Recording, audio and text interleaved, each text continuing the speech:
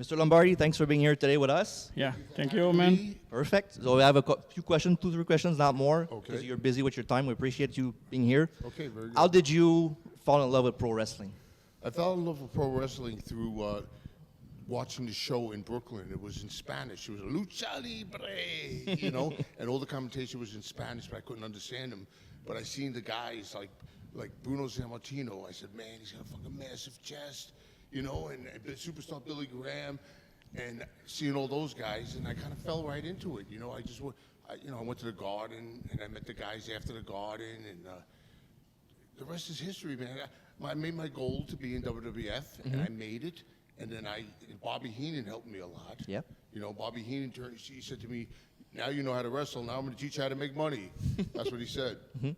So he says, I'm going to make you the Brooklyn Brawler, you're going to be in my family. Now, when his family was Andre, Rick Rude, me, he put me in there. Yeah. You know, so and every time I went out, and he came out with me, I never lost. Because, but then when they wanted me to lose some more, you know what I mean? And then he stopped coming out, and I went right back to the Brooklyn Brawler normally. But I had a 32-year career. Yeah. I was also in charge of the interview room for Okay. 15 years. That's cool. Where everyone that you watch actively on television now went through the pre-tape room, which is called the interview room. Okay. It's called the pre-tape room. Like Roman Reigns, he was sitting here just like me and you right now, and he was just like, I say, tell me something about your life. Tell me how you are. You never thought in a million years you'd be a superstar. True. You know? And a lot of the guys came through like that. You know, Ultimate Warrior. They put Ultimate Warrior with me like 47 days consistently. Wow. And I liked Jim. He didn't change his name to Warrior. And after about 20 days, he came and the office came to me and said, we're going to test Jim's attitude. We're gonna ask him to do a job for you and make you win. So, me liking Jim, I took him in the room. I smartened him up. I said, Jim, when they say that to you, you say anything that's good for business. And then when I went, then they were on the outs with the company. They went to the Hall of Fame. And when I walked into his room, he started crying. And he was all alone, and he goes, I was just thinking about you. He goes, what you did for me, you smartened me up, and I'm going to tell that whole story in the Hall of Fame. There's 10,000 people out there. I said, if you tell that story that I told you, it's going to make me look like you can't tell me nothing. You know what I mean? So he said, fuck, it's been 30 years. And I said, Jim, it don't matter. I'm personally working for the company. I don't want Vince, you know, all these people starting to look at me. So he goes, okay, but still stand up. And all he said was, where's the Brooklyn Brawler? Stand up. He said he took a lot of my pain and anguish and always kept a good attitude. That's all he said. That's awesome. So that's a little story. Yeah. You want another story? I was going to clown too. Yeah, remember that? for Yeah, sure. Some point, I got yeah. a call at home from Vince McMahon. My wife told me Vince is on the phone. I said, Vince? He goes, so I pick up the phone. He goes, pal. I go, Vince? He goes, yeah. I need you to do something. I says, I'll do it for you. He goes, I know you will. That's exact words. And he said, I need you to fly to Calgary, and I need you to wrestle Bret Hart for the WWF back then, World Heavyweight Championship. So I said, that's fine. I love working with Bret. I worked on his debut match. He goes, but I want you to do it as Doink. I said, Vince, the wrestling part's easy. The paint job to do it is hard. I knew you were going to say that. You know, and he says, we're going to fly you to Cleveland, where Matt Bourne's wife's going to bring you the outfit, because Matt Bourne was suspended for something. Yeah. And then you're going to jump back on the plane, fly to Stanford, where Jill, the makeup girl, is going to teach you how to do the paint job and give you all the necessities you'll need for that night. And then you're going to get back on the plane, and you're going to fly to Calgary, and then you're going to wrestle Bret in the main event. Wow. On something that I've never done in my whole life. So I went from the Brooklyn Brawler to I mean, it's literally acting. Yeah. You know? Yeah. I went from big mean guy to happy clown. But he was a bad clown. True. I remember one time you beat Triple H.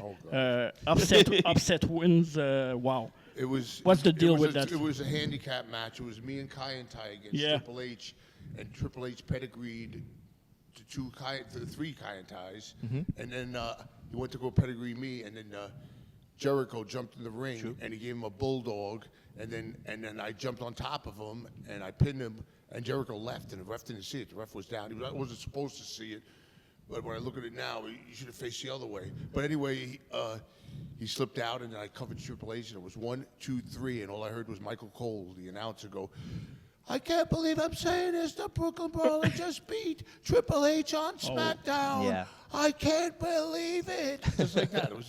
But it don't mean nothing, you know. Yeah. Yeah, man. Still That's surreal, a cool though. win. Yeah, It's a surreal. job, and you do what they tell you to do. Yeah. You know, I have no ego about that. I don't have a big head. I beat Triple H. Give me a fucking break. No. It was easy to work with Triple H, or Did I ever work with him? it's easy, yeah. You work with him, yeah. Very, very Yeah, easy. very easy. Like he did the neck breaker, I just touched the side of his face, and we both went over instantly, and I clotheslined him over the top rope. Yeah. I did all kinds of stuff to him, but he's a ring general. Okay, perfect. And final question: what would you say is your career highlight for you? My favorite thing in my Your career highlight, the thing that okay, you. it would be there would be actually two of them. Was having The Rock's first match. I had his very first match ever, and then Shawn Michaels in Madison Square Garden. Yeah. Wow, So- it's pretty awesome. I appreciate you guys having me on your show. And No problem. We appreciate you. Thank you very much. Yeah. Thank you. Yeah. All right. Hello, Jimmy. How's it going? Good, guys. How are you? Pretty good. Really Thank good, you. really good. Thanks for accepting the invite for the podcast. Thank you very Yeah. much. No, thanks for having me. I appreciate it. Our pleasure. So Yeah. before we start with the questions, well, how are you up to these days? How do you keep busy right now? Oh, well, obviously I keep busy with my wife, who's a Quebecois, actually. Oh, really? She's from northern Quebec, Rouen Noranda. I want to Mhm. pronounce it correctly. I don't Yeah. know if- Went around there, yeah. Yes. Wayne Aranda. Yeah, yeah, she's originally from there, and now we live here in Toronto. And Yeah. Still Canada, so it's still good. Yeah, it But, still counts. I stay busy with basically still watching wrestling, paying attention to the product. I do a podcast with some fellow referees or former referees, Brian Hebner Oh, and Daniel Yeah. Spencer, who's the lead, the head official at TNA, is also part of the podcast. We call it Cool. Reffing It Up, and we do it once a week. Also on TSN Radio on 690 there in Montreal. Donnie DeSilva and I have a show called Huge Pop Radio, and that airs on Wednesday nights from 11 p.m. till midnight. Mhm. And I have a lot of fun doing that, just talking wrestling and interviewing people, having some great guests, and still connected to the product. You know what I mean? Because once it enters your blood, it never leaves. the love is still there Oh, after all these so years. true. Yeah, it's still Yeah. there. It's still there. The passion is still there too. Mhm. I heard you a couple of times and Busted Open too. Yeah, Go to Busted Open. Yeah. Yeah, a couple of times. I'm friends with David LaGreca and, of course, Mark Henry and Tommy Dreamer and Bully, or I call him Bubba still. Yeah. You know, we've worked together for so many years, and Nick Nemeth too. So it's good connecting with those guys. It really is a lot of fun, and what they're doing is fantastic. Mhm. Yeah. Really. Yeah. How do you fall in love with the wrestling business? For me, it was easy. I mean, here in Toronto, and I'm sure where you guys are in Montreal, when I was a kid, and that was a long time ago, we used to get so much wrestling on television on the weekends, on Saturdays. We got, at the time, it was Maple Leaf Wrestling here, the Tunnies. We had Mid-Atlantic Wrestling from one of the Buffalo stations. We used to get it up here. We used to get international wrestling from Montreal on City TV here locally. We had one of the Barrie stations had Stampede Wrestling. We had AWA Wrestling. There was so much wrestling on television. So my Saturdays were all tied up with all day watching wrestling and then Hockey Night in Canada on Saturday night, you know. I fell in love with it right away. Those were the best days. Yeah. Oh yeah. And how do you get to the business, to the wrestling business? Well, they used to run Maple Leaf Gardens in Toronto every 3 weeks, and eventually WWE took over the office. But what I used to do as a fan, I would go to every show every 3 weeks. So I went to the office and asked them if I can get like seasons tickets, but I wanted as close to the ring as possible. So they got me ringside tickets, like seasons tickets.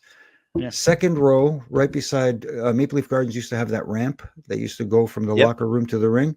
I was seated, the 2 seats right beside that ramp, second row ringside. So what I would do is I would take pictures of the boys when they would, because it was such a great spot, you know, coming out of the ring. And they used to have a place called Direct Film back in the days when you have to get your film developed, take it in, and they would double your prints for $1. So I would get 2 sets of prints. I would keep one for myself, and I would go back the next show and sell them. Oh, yeah, for $2 a picture, and I would pay for my ticket. I would pay for my, you know what I mean? It was kind of like, okay, I'm watching wrestling for free and that sort of stuff. So then the guy that worked for Jack Tunney, who took the pictures for the program and stuff, I didn't know who he was. He came up to me. He says, "Hey, can I see your pictures?" I said, "Sure." So I showed him my picture. He says, "Oh, you take pretty good pictures." I said, "Thanks." He goes, "Are you selling them?" I said, "Yeah." He says, "How much?" I said, $2 a picture. He says, "You can't do that." And I said, "Why? Who are you?" He says, "Well, I work for Jack Tunney," and he tells me about copyrights and all this stuff. And I thought, oh boy, I'm in trouble. I'm going to lose my season tickets. And he goes, "You don't look like a bad guy. I just go, don't stand right outside the building. Go down the street a little bit where they can't see you." And I said, "Okay, thank you very much." And we became friends. And he said, "I'll introduce you to Jack because maybe he can hire you on as my assistant photographer. And that way you'd be right at ringside taking pictures, but you can't sell them." I said, "Well, that's okay."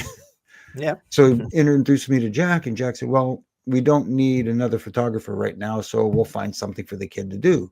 So I was doing the odd jobs here and there, you know, give me the keys to his car and send me to the airport to pick up Andre the Giant. And I'm like, "Oh, yes, sir." Wow. And I'd be like, "Oh my God, I'm going to go pick up Andre the Giant," you know, I mean, but I'm trying I'm trying not to show them how I'm ready to lose it. You know what I mean? So it was all that sort of stuff, you know, at the beginning anyways. Yeah. Mm-hmm. Do you remember the first wrestler you pick up at the airport? Ooh, I think it was weird because I think the first wrestler I picked up at the airport, I can't remember if he was the first one, but one of the first ones was Andre the Giant. Oh, really? Wow. Yeah. And that's what really surprised me because I'd only been like working for Jack a couple of months and doing, you know, the odd jobs around the arenas and stuff. And then when he said he had this big blue Cadillac and, you know, he hands me the keys to the car and says, "Go to the airport Marriott and pick up Andre the Giant." And I'm like, "Okay, sure. Whatever you need, sir." You know, and he was one of the first, believe it or not, right away. And Roddy Piper was another one of the first, and Hulk Hogan, believe it or not, and Macho Man and Liz, you know. And I was like, "Oh my goodness."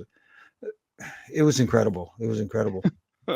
And did you not at that time you wanted to be a referee as well, or you just wanted to do this for your life, just pick up wrestlers and that's it? I didn't know what I wanted. I really didn't know what I wanted. I just wanted to be a part of the business in some way. And then I got to know Pat Patterson very well. Yeah, really good guy. He was very nice. And then after, I don't know, it was a little over a year or so, I was working for Jack. He says, "Well, Jack, you know, we got the kid here. He sits around. He's waiting for us to give him something to do."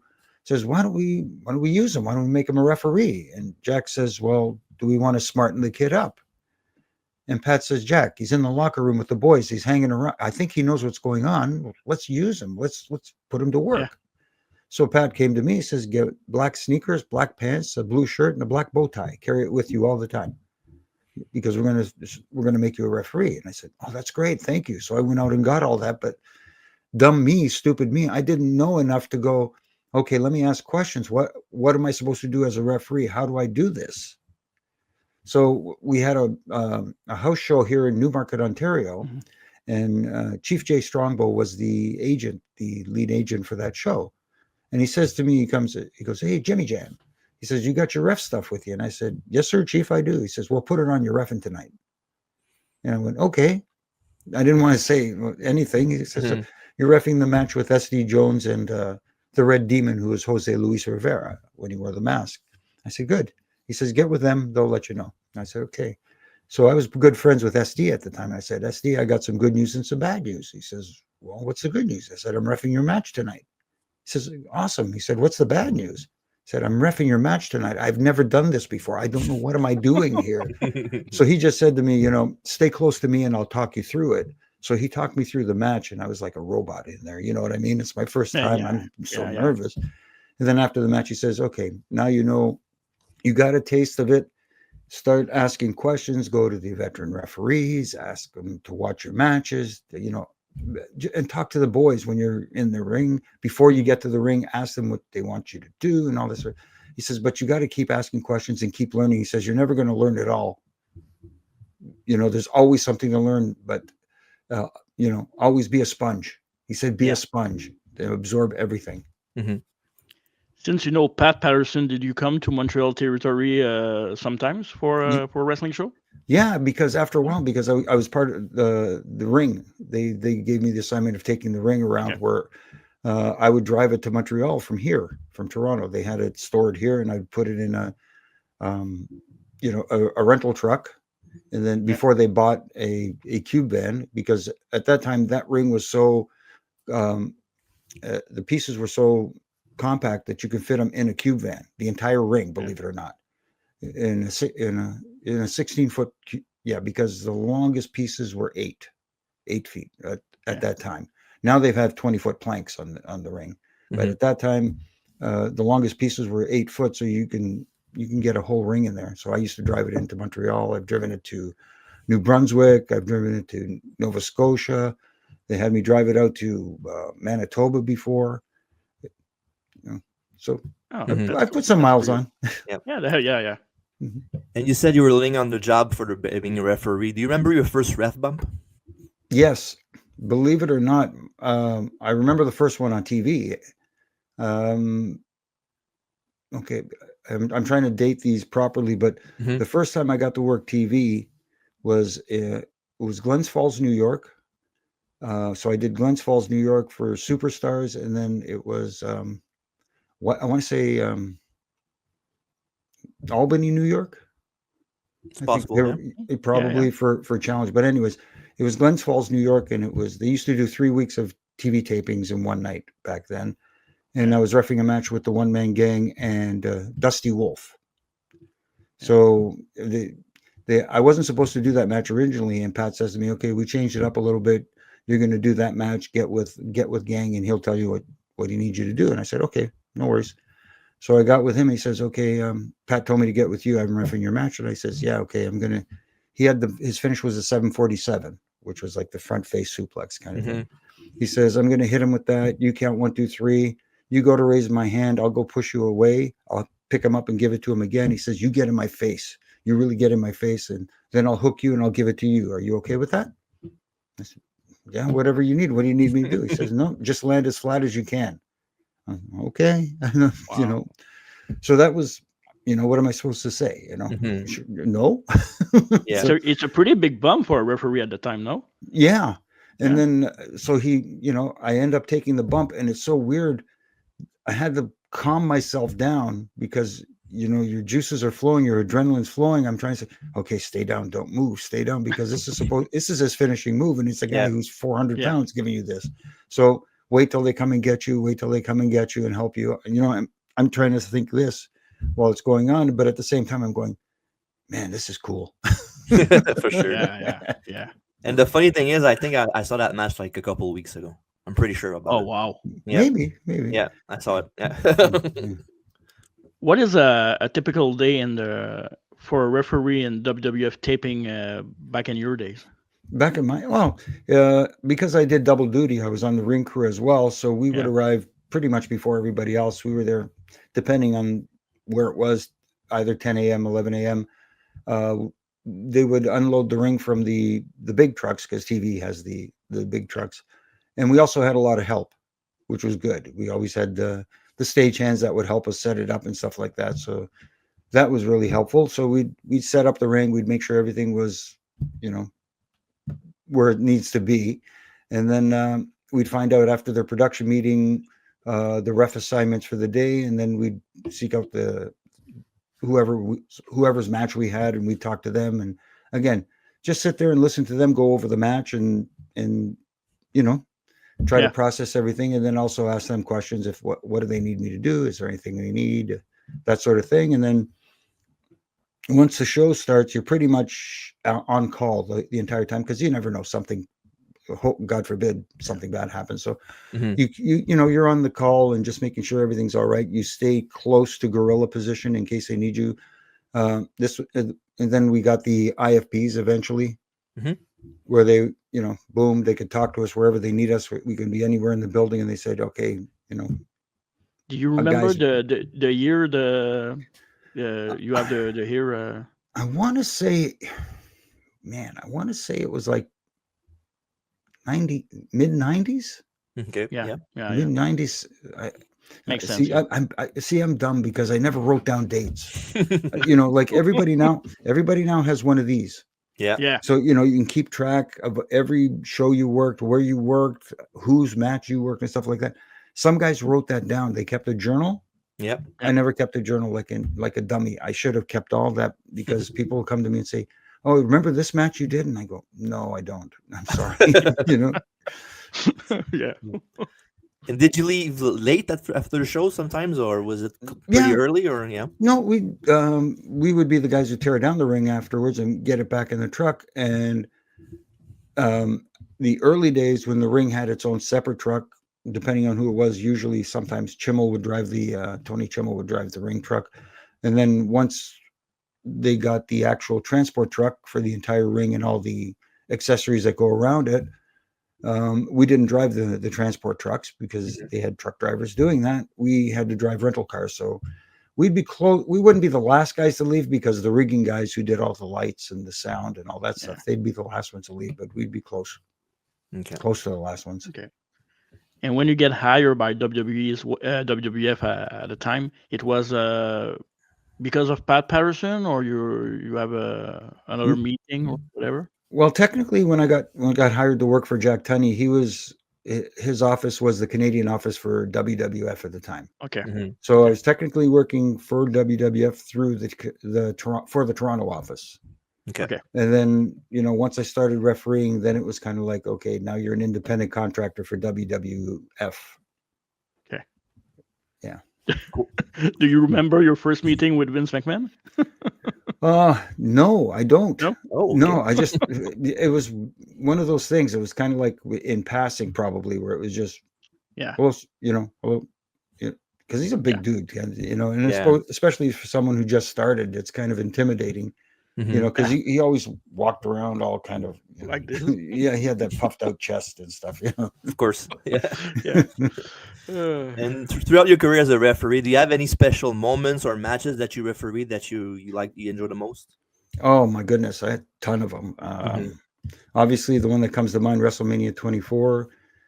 It was the main event with Edge and Undertaker, which is, like a dream come true for any. If you're in the business and you get to referee a main event at WrestleMania, it's great. And they asked for you, right? Yes. Yep. I didn't know it was about a week or two before Edge sees me in the locker room, and he just says, "Hey, Jimmy, can I talk to you?" And I said, "Yeah, sure. What's up?" He says, "I was talking to Taker. We want you to referee our match at WrestleMania." I said, "That's cool, but I'm scheduled to do something else." He goes, "Nah, don't worry about it. I think he can get that changed." I go, "Oh, okay. What do you guys want?" Yeah. Yeah. So see, that's a huge honor. And I ran into Taker later on, and he says, "Did Edge talk to you?" And I said, "Yeah." He says, "Are you cool with that?" And I was like, "Wait a minute. The dead man's asking me if I'm cool about that?" Yeah, darn right I'm cool. Yeah. Yeah. Awesome. What wrestler is the easiest to work with and the most intimidating? Oh, intimidating? Yeah. I don't know who I'd consider intimidating. Almost, sometimes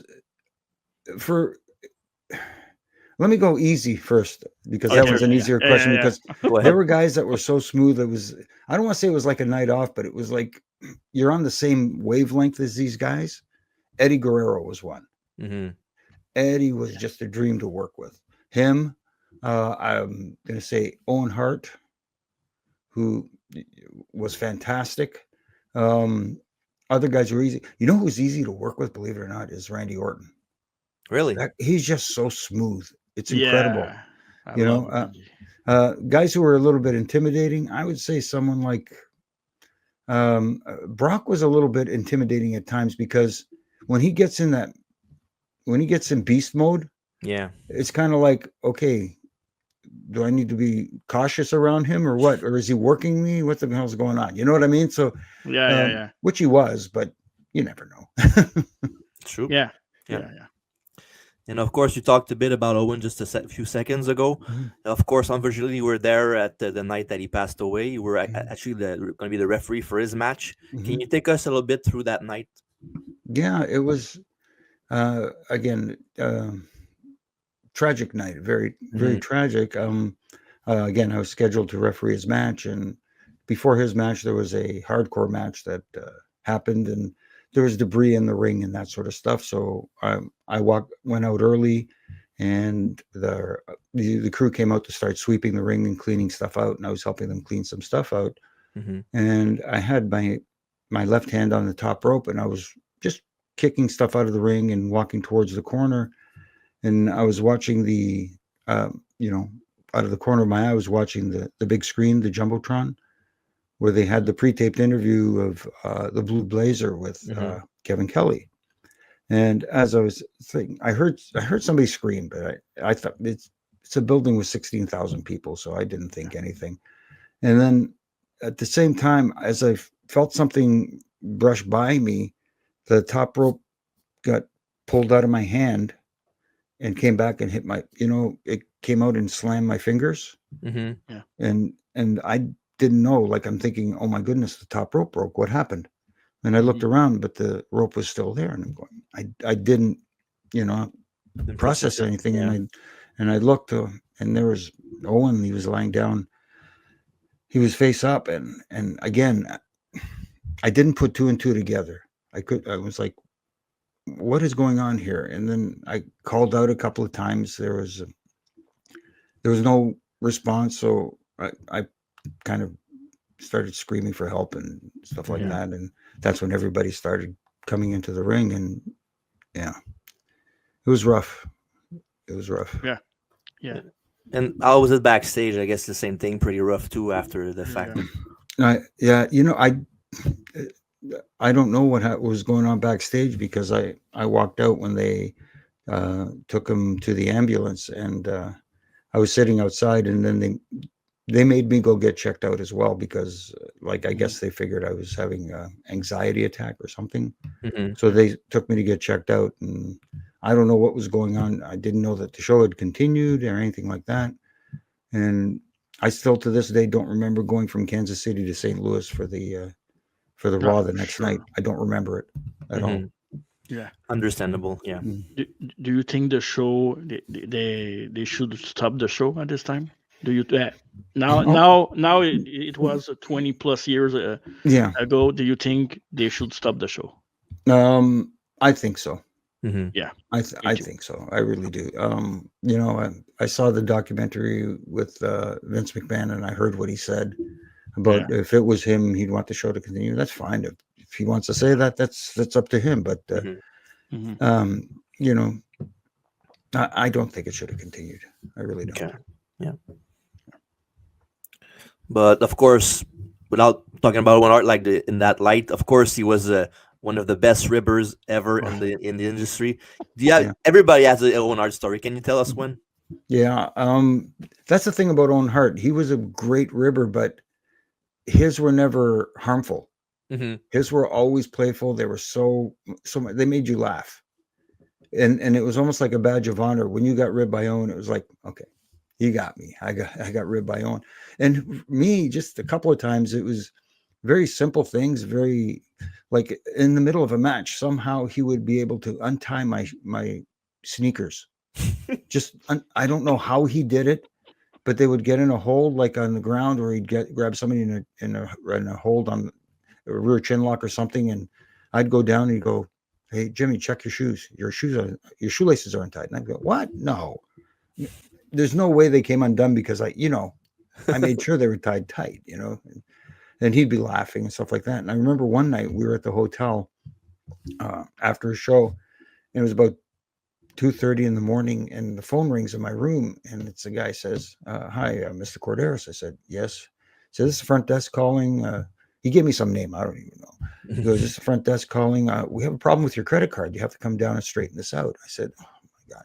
I said, it's late. Can't we do this in the morning? He says, no. This has to be done right now. We have to take care of this. And I'm like, okay. So, I put on a pair of sweats and go downstairs, and I go to the front desk. There's some guy at the front desk. I said, hi, somebody called me about my credit card. He says, oh, what room are you in? And I tell him my room. He goes, no problem here. I said, what are you talking about? I said, somebody just called me and said, no, we didn't call you. Nobody from front desk called you. And just as I was about to turn around and walk away, here come like 3 more guys coming off the elevator, and they're coming to the front desk and they're doing the same thing. Hey, who calling? I'm like, okay, Oh, no way. he got everybody. After that, at the end, you left WWF at the end of 1999, if I'm not mistaken. What led to your departure, and do you have any regrets leaving? What led to my departure was Vince had just added SmackDown. He didn't let me and Ed know about it. So he was doubling our workload. So we were working 24/7 now. And I basically wanted to move my family closer to my wife's family because my wife was raising 3 kids on her own. So I went into Vince's office and I said, listen, man, I want to move my family. If that means I only go see them on weekends, whatever. My wife needs help, And Vince looked me in the eye and he said to me, he goes, Vince, I don't know what the problem is. You're making enough money now. Why don't you hire a nanny to watch your kids? It was over, bro. It was over. When those words came out of his mouth, and he showed me how little he cared about me and my family and my wife and my kids, I could not work another day for that man.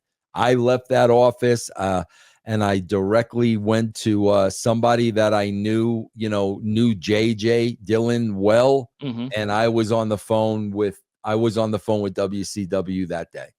So that was your plan. As soon as you said, I'm leaving WWF, you went to WCW. I was never going to work for him again. I was never going to. And do I regret it? Absolutely not. I would do the same thing tomorrow, man. You're going to tell a man that you could give 2 shits about his family and I'm supposed to still work for that guy? I don't regret that for 1 second. After everything you did for him too as well. Yeah. Do you remember the first day of WCW, the first story you wrote at WCW? Anything you can tell us? I can just really remember, Marco, like my first day like at a TV taping.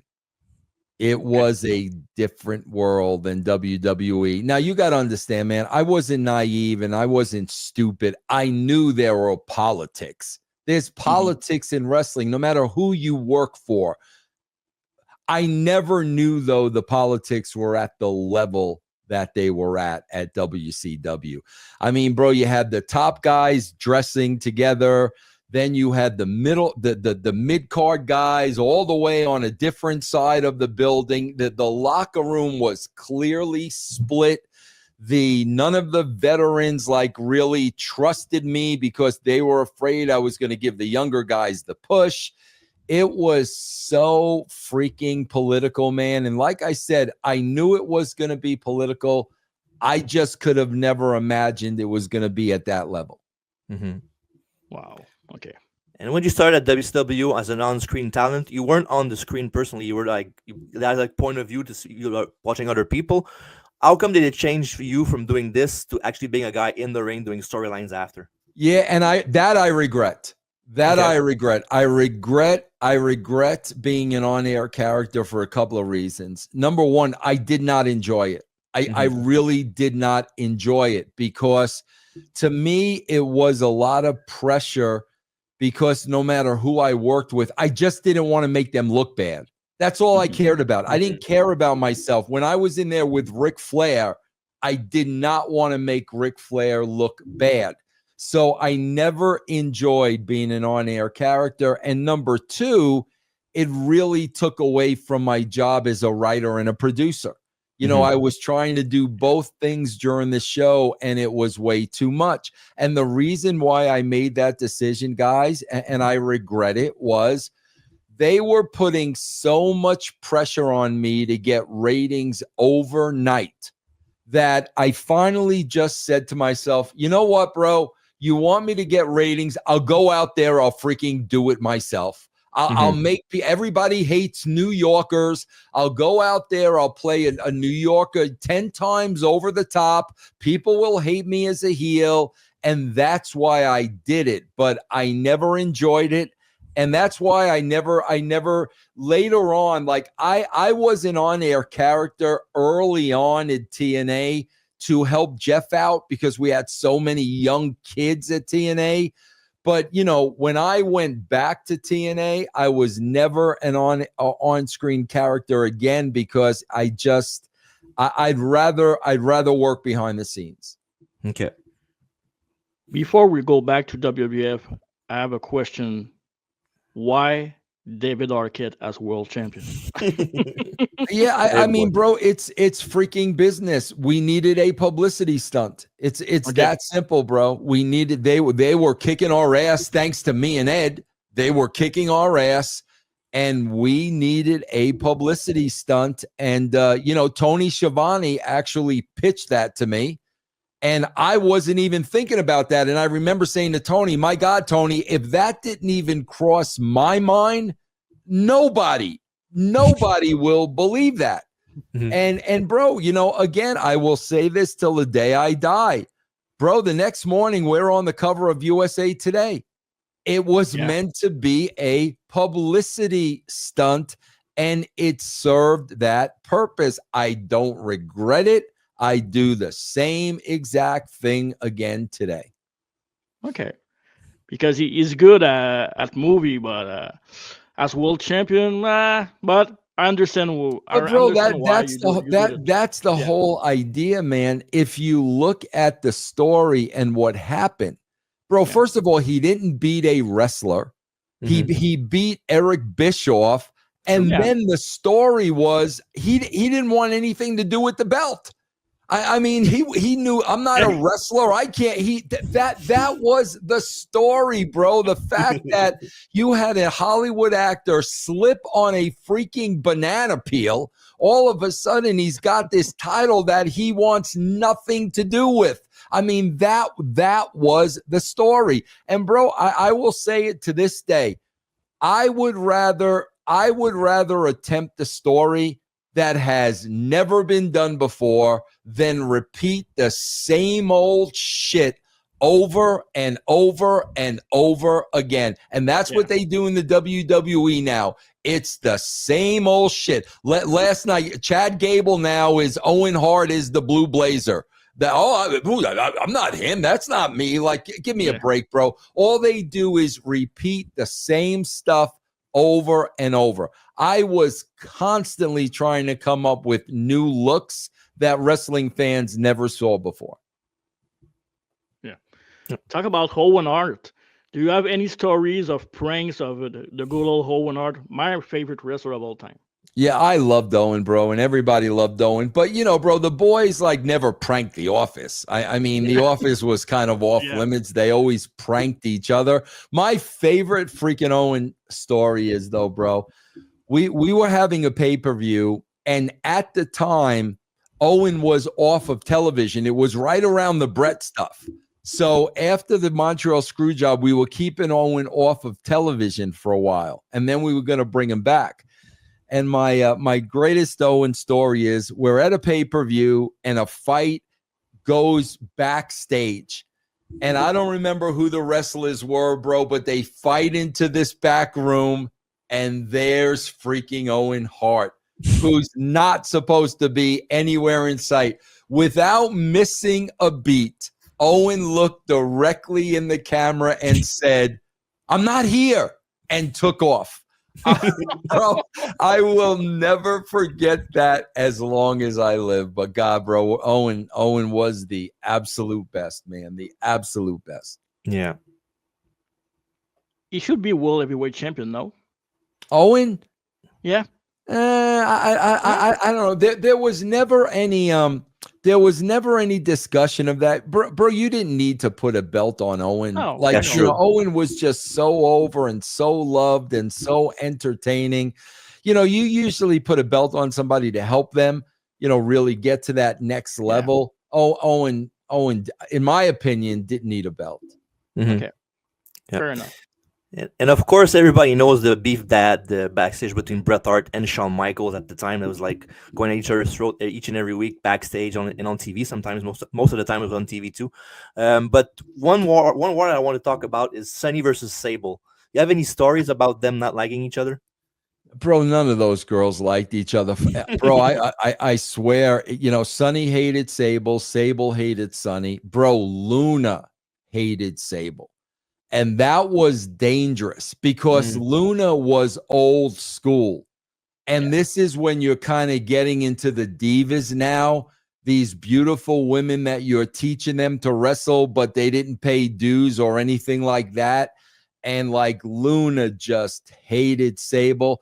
Bro, I remember once breaking up a fight between Luna and Sunny. Me of all people breaking up a fight because that's when you had the old school, you had the Jackies, you had the, you had the Lunas, and you had these now divas that were starting to get all the attention, and the old guard, did not like that. So the women in that locker room did not get along well. Mm-hmm.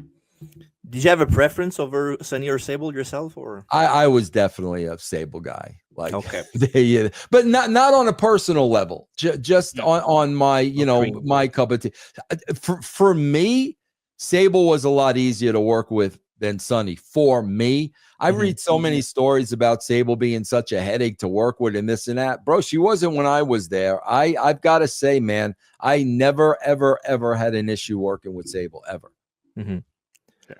And Marco said Go ahead, TJ. Go ahead. Well, Marco said one of his favorite wrestlers was was Owen Hart. Mine is Jeff Jarrett, of course, a good friend of yours. Can you tell us a bit about your friendship with Jeff Jarrett? Yeah, man, me and Jeff go way, way, way back. And bro, I swear to God, Jeff is just, to this day, man, Jeff is such a freaking pro. And that's why I relied heavily on him at WCW for two reasons, man. Number one, he's a great heel. He gets baby faces over. He gets people over all day long. And number two, he never got hurt. He never got hurt, and that's what I needed. I needed a workhorse. I needed a good heel that was going to get baby faces over, and I needed somebody that I knew was, just, not going to get hurt. And I mean, the fact that he's still doing it today, man, that tells you everything you need to know about Jeff, man. Were you a fan of the cowboy gimmick at first, the country singer gimmick? Oh, the JEFFJAW. Yeah, I mean, I was a fan of that. It definitely gave him a character, definitely. Oh yeah, he's so good at his craft, and he didn't do a backflip or whatever. Just old school wrestling, and it works. Solid wrestler, man. Knows how to get people over. Knows how to bump. Knows how to sell. God, bro, it was great. If you have the pencil today in WWE or AEW, well, basically WWE, who you pushing to the limits, to the moon, and make him a world champion of all people? I would say, or bro, a top guy. Yeah, I would say right now, out of that entire roster, the guy I am taking is Drew. Bro, I swear to God, they've labeled Drew with the bulletproof label. And that's not a good label to have. What bulletproof means is the guy is so good that no matter what you do to him, he's going to stay over. No matter how many times you beat him, you're going to put a microphone in his hand and he's going to get over. Bro, you can only do that so many times. Bro, Drew would have been the perfect corporate champion for the way he's been screwed around in that company, for the way they've used him. Bro, you cut Drew's hair, you put him in a suit and tie, you put two hot babes on his arms, you've got a hot corporate champion. Because like I tell you, man, they've labeled them bulletproof, and they keep beating them and beating them and beating them, and he's so good that he's going to constantly keep himself over. But bro, you keep going back to that well. It's just a matter of time before he doesn't mean anything. They're kind of doing that to Rhea Ripley a little bit now, if you notice. You know, you've got two women, half of Rhea Ripley's size, beating her. Io Sky and Liv Morgan are beating her. And then last night, she gets slapped in the face by somebody half her size and does nothing. Bro, that's how you kill a talent, bro. That's how you kill them. The way to write for anybody, bro, is you gotta stay true to that talent. And what I mean by that is every talent you write for, you got to put yourself in their shoes. What would Austin do if this happened? So if I'm writing that Rhea Ripley scene and Io Sky slapped Rhea Ripley, now as I'm writing, I become Rhea Ripley. Okay, what would I do? The last thing I would do is sit there and do nothing. Bro, that's how you bury talent, man. Premièrement, merci beaucoup d'avoir accepté l'invitation. Short notice comme ça, la journée même du décès du grand Hulk Hogan. Vraiment un honneur de vous avoir pour cet événement historique et triste en même temps. Ben oui, ben merci beaucoup. Content d'être avec vous autres pour partager ce moment. Évidemment, Hulk Hogan, comment vous avez appris la nouvelle de son décès aujourd'hui, puis comment vous avez réagi aussitôt que vous l'avez appris? Moi, c'est à 11h47 ce matin. C'est Yves Poirier d'LCN qui m'a téléphoné. Et puis, là, c'est ça, il m'a appelé, il m'a demandé, il dit, étais-tu au courant que Hulk Hogan est décédé ce matin? J'ai dit, hein? J'ai dit non. Ça a frappé. Ça a donné un coup. Je ne m'attendais pas à ça. Je savais qu'il avait été opéré au cou il n'y a pas longtemps, mais on m'avait dit que la convalescence allait bien. Et puis que les choses s'enlignaient de façon positive. Là, je reçois cet appel-là d'Yves Poirier ce matin. J'ai dit, oh, OK. Fait que là, il m'a demandé si j'acceptais de faire une entrevue LCN avec Jean-François Guérin à 12h50, fait qu'une heure plus tard. Fait que je me suis organisé pour passer à LCN, pour parler de ça. Mais ça m'a donné un coup. Le téléphone a dû sonner beaucoup. C'est un autre qui part. Ouais. Le téléphone et les messages textes ont dû se faire aller beaucoup aujourd'hui parce que moi, écoute, de mon côté, le téléphone n'a pas arrêté aujourd'hui. Tout le monde textait pour ça, pour parler de ça. Oui, j'ai plusieurs émissions de radio, plusieurs émissions de télévision. J'ai fait LCN 2 fois, Radio-Canada ce soir. Demain matin, j'ai des entrevues radio à 7h30, à 8h50, à 7h30, 8h10 et 8h50. Et après ça, une entrevue avec la presse. J'ai parlé au Journal de Montréal aujourd'hui, CBC, je les ai toutes faites. C'est incroyable, pour vrai. Oui, vraiment. Mais c'est là qu'on peut voir comment il a marqué le monde, et pas juste le monde de la lutte. Il a marqué la planète entière parce que, comme on dit, il était plus grand que la lutte. La lutte ne serait pas ce qu'elle est aujourd'hui. La WWE ne serait pas ce qu'elle est aujourd'hui si ce n'avait été de Hulk Hogan. On sait que il y avait deux personnes qui étaient instrumentales dans l'évolution de la lutte. C'était Vince McMahon et Hulk Hogan. Les deux ensemble, ça a fait ce que ça a fait. Ouais, c'est incroyable. Ouais. Puis est-ce que vous vous rappelez de votre première rencontre avec Hulk Hogan, backstage ou le rencontrer? Comment c'est la première fois que vous l'avez vu? Oui, c'était avant la WWE. Il était venu lutter au Centre Paul Sauvé. Puis je crois que c'était contre le Géant Ferré. Okay. À Montréal, au Centre Paul Sauvé. Alors, WrestleMania 3, c'était pas la première fois qu'ils se rencontraient. Mais il était venu, il avait lutté à Montréal. Et je l'avais rencontré pour la première fois, mais on s'était juste dit bonjour, on s'était salué. J'ai pas eu l'occasion de le côtoyer. C'est rendu à la WWE que j'ai eu beaucoup d'interactions avec lui en tant que lutteur. Puis j'ai lutté contre lui aussi. Et après, je l'ai interviewé quand j'étais intervieweur. Puis je le croisais beaucoup dans les coulisses, puis on jasait. C'est à la WWE que j'ai eu plus de contact avec. Justement, le combat, je pense que vous avez lutté justement qu'une fois contre lui, c'est en 89 au Forum de Montréal. C'était lui, Jim Duggan et Ronnie Garvin contre les frères Rougeau et Dino Bravo, je ne me trompe pas? Ça coche. T'es ça coche. C'est exactement ça. Je me souviens pas si c'est en 89 ou 88, mais Ouais, c'est c'est en pas... 89. 89. OK, parce que dans ma tête, je me disais c'est 88, 89, mais Au forum, c'est le 29 janvier 89 exactement. yes. À 20h30. Fait que ça veut dire que j'étais pas loin de mon 88. On venait d'arriver à 89. Est-ce que vous vous rappelez un peu de ce moment-là, de ce souvenir-là? Comment, quand Hulk arrivait à Montréal, comment c'était l'après-midi aussi? Là? Ben écoute, juste le fait d'embarquer dans le ring avec Hulk Hogan, puis t'es dans un match contre lui, c'est un privilège. Pas tout le monde qui a eu cette chance-là.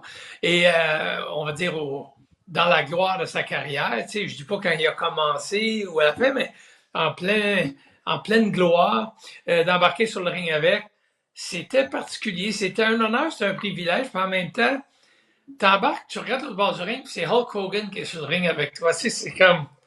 Ça dépasse un peu l'imagination. Ouais. Puis c'est... Vas-y, TG. Non, mais tu vas continuer. J'allais dire, c'est quoi, selon vous, le moment le plus mémorable dans la carrière d'Hulk Hogan? Dans tous ces grands moments qu'il y a eu, c'est quoi peut-être l'étincelle qui a fait que, wow, Hulk Hogan? Pour moi, c'est WrestleMania 3, quand il a lutté contre le géant ferré, Andre the Giant, aux États-Unis, au Silverdome à Pontiac, Michigan. Je pense que c'est ça qui a été le moment que Hulk Hogan est devenu plus grand que la lutte, qui est devenu plus grand que nature. Je pense que c'est cet événement-là qui a fait qu'il a transcendé dans le monde surnaturel, on va dire. Oui, évidemment. Puis évidemment aussi, il y a beaucoup de monde qui... Là, je parle pas du côté hors lutte, là, mais dans le monde de la lutte, des fois, il y a souvent d'autres anciens lutteurs qui parlent en mal d'Hulk Hogan ou quoi que ce soit. Mais est-ce que c'est vrai que quand il était champion du monde à WWF, il allait tout le temps dans le dressing room de vous autres? Il n'était pas genre dans son dressing room privé puis il n'y avait pas genre sa brigade juste pour lui, mettons. C'était un gars du roster, dans le fond, un gars pour le talent. Non, dans ces grosses années, la WWE, il y avait son vestiaire à lui. OK. Ouais, il y avait son vestiaire à lui. Par contre, c'était bien correct aussi. Mais quand on croisait dans les corridors, mais là, il était super cordial. Il était gentil. Il a jamais, je peux jamais dire qu'il se prenait pour un autre. Par contre, il avait son intimité, son vestiaire à lui. C'est qui dans les années peut-être plus modernes qui se rapprocherait le plus de Hulk Hogan? Puis, tu sais, moi, je pense qu'il n'y en a pas vraiment, là, mais ça serait qui le plus proche? Écoute, si j'avais à dire quelqu'un, c'est parce que, tu sais, ça va par cycle. Hein. Il y a un moment donné, on aurait pu dire Stone Cold Steve Austin. Ouais. Mais encore là, c'était pas la même chose. Austin a été une méga vedette, une grande vedette, mais Hogan, Austin, c'était un lutteur qui était au bon moment, le bon personnage, tu sais, le bon timing. Mais c'était pas comme Hogan. Hogan, il a traversé, les vedettes de Hollywood voulaient se coller sur Hogan.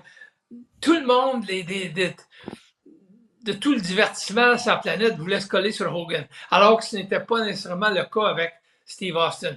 Il y a The Rock, qui a connu une grande carrière comme acteur. The Rock, en fait, je pense qu'il connaît une plus grande carrière d'acteur que de lutteur. Il était très populaire. Mais lui a monté avec sa carrière d'acteur. Hogan, ça a été le contraire. Hogan, il a été, selon moi, le plus grand lutteur. Puis quand je dis plus grand, pas que c'était le meilleur lutteur. C'était pas un bon lutteur sur le ring. Il y en a à tonnes qui étaient meilleurs que lui. Oui. Par contre, Hogan pouvait faire vivre de l'émotion, transmettre de l'émotion au monde, pouvait faire vivre des émotions aux fans. Et c'est ça qui remplit les arénas. C'est ça. Tu peux avoir le meilleur technicien au monde qui a zéro charisme et tu ne vendras pas 10 billets pour aller le voir lutter. Le monde s'en fout. Tu prends Hogan qui était moyen comme technicien sur le ring, mais je me souviens des années 80, tu arrivais à un building, tu voyais Hulk Hogan, c'était annoncé, sold out. Juste le nom. Il n'y a même pas besoin d'annoncer la carte, rien. WWF, Hulk Hogan, et voilà, c'était sold out. Pourquoi? Les gens vivaient quelque chose avec lui, à travers ses entrevues, son entrée sur le ring, son interaction avec les gens. Les gens vivaient quelque chose de spécial. Il y avait un charisme qui était incroyable, puis pour moi, qui était sans égal. Fait que si on regarde il y a des bons lutteurs aujourd'hui. Regarde, Roman Reigns il connaît des sommets de popularité. Ouais. Il y a Seth Rollins. Après ça, il y en a beaucoup. Là. Il y a eu The Rock, comme on l'a dit, qui était très populaire, mais après ça, il est allé au cinéma, plus populaire encore. Il revient, il repart. Il y en a beaucoup de ça. Mais Hulk Hogan était tout seul dans sa catégorie, selon moi. Ouais. Ouais. Le parcours des deux est intéressant, Rock Hulk Hogan, parce que Hulk Hogan, lui, il a fait la lutte pendant beaucoup d'années, puis il a fait une couple de films. Mais le Rock, c'est le contraire. Il était à la lutte pendant peut-être 5-6 ans, c'était aidé, genre vraiment en main roster. Mais sinon, tout le reste du temps-là, il était à l'extérieur faire des films. Fait qu'on voit la différence entre les deux un peu. Oh, ouais, deux carrières, deux cheminements complètement différents qui ont du succès, les deux. Mais, tu sais, le Rock, il va être reconnu à travers le monde comme un acteur dans les films.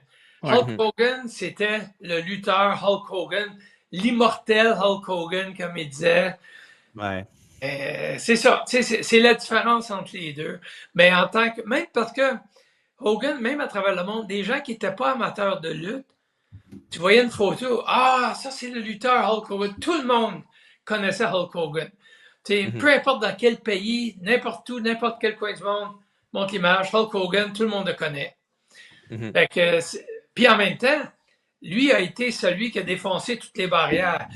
La lutte, s'était présentée, oui, dans des belles bâtisses, Madison Square Garden, Chicago, Los Angeles, San Francisco, Forum de Montréal, Toronto, mais c'était dans des arénas.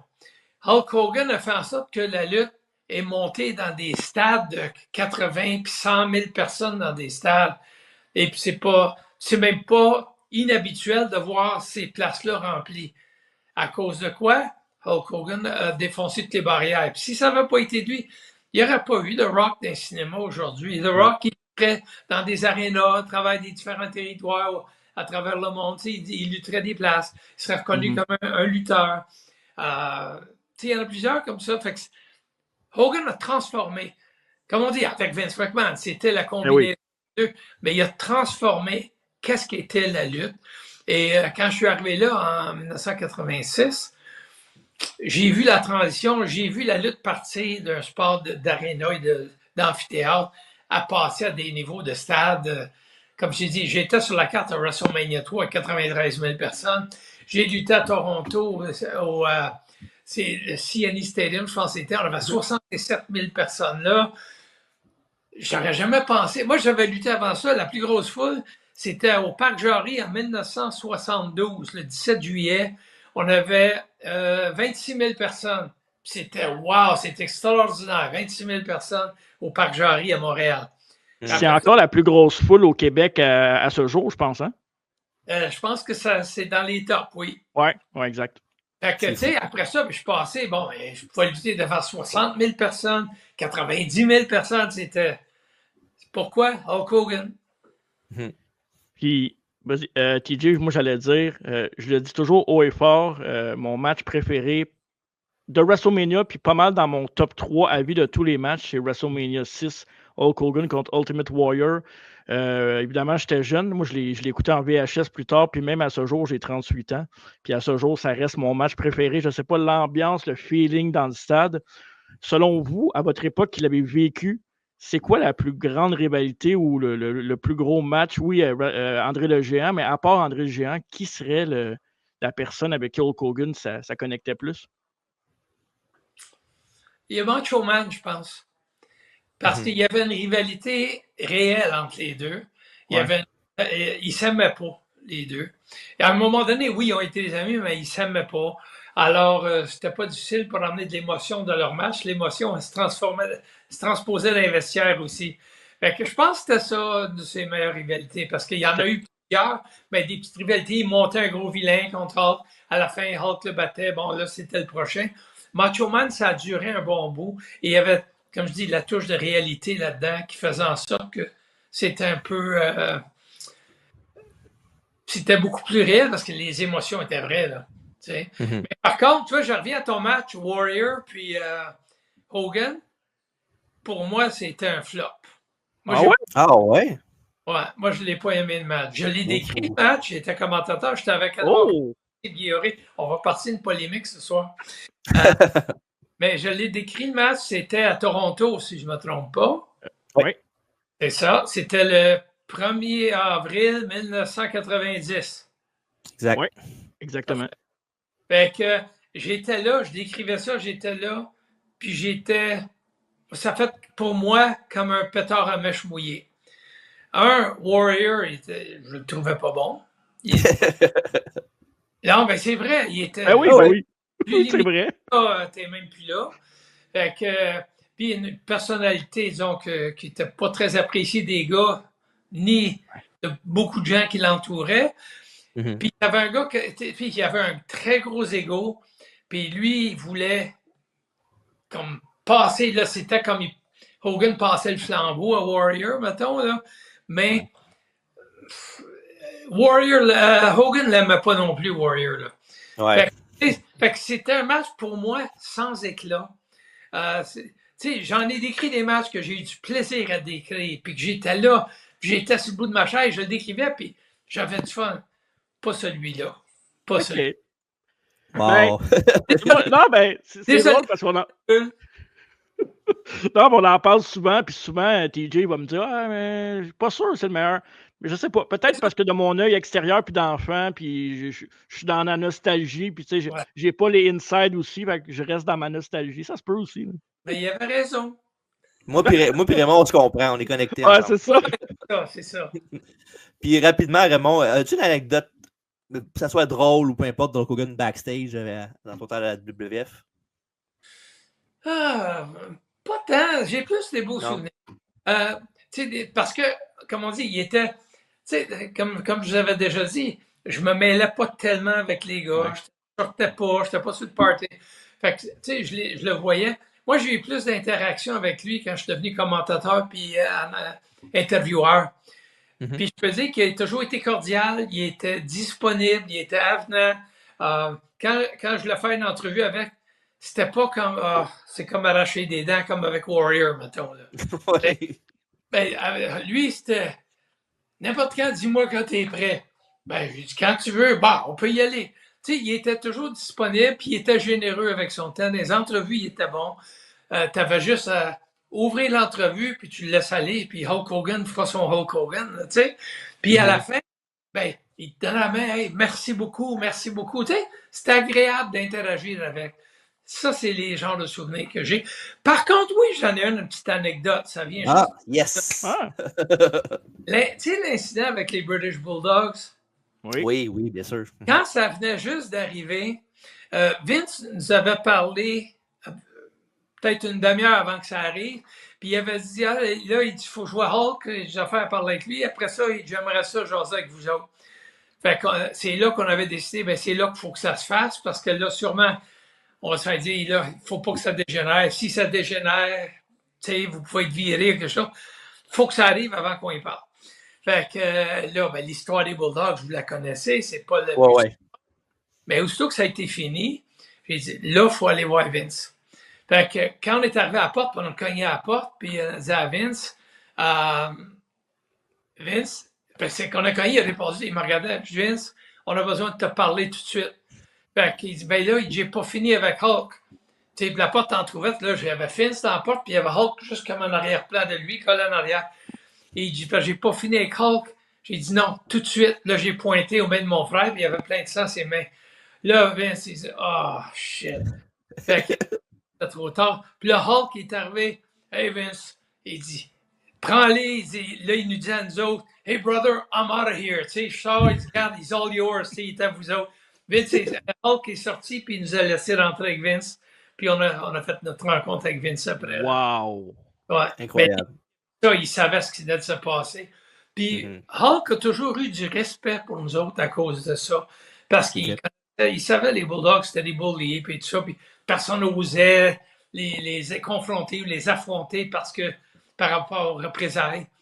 Mais nous, on l'a fait. Mais là, c'était wow, il y avait du respect pour nous. Et c'est peut-être pour ça qu'il y a eu une bonne mèche entre les Rougeau puis Hulk.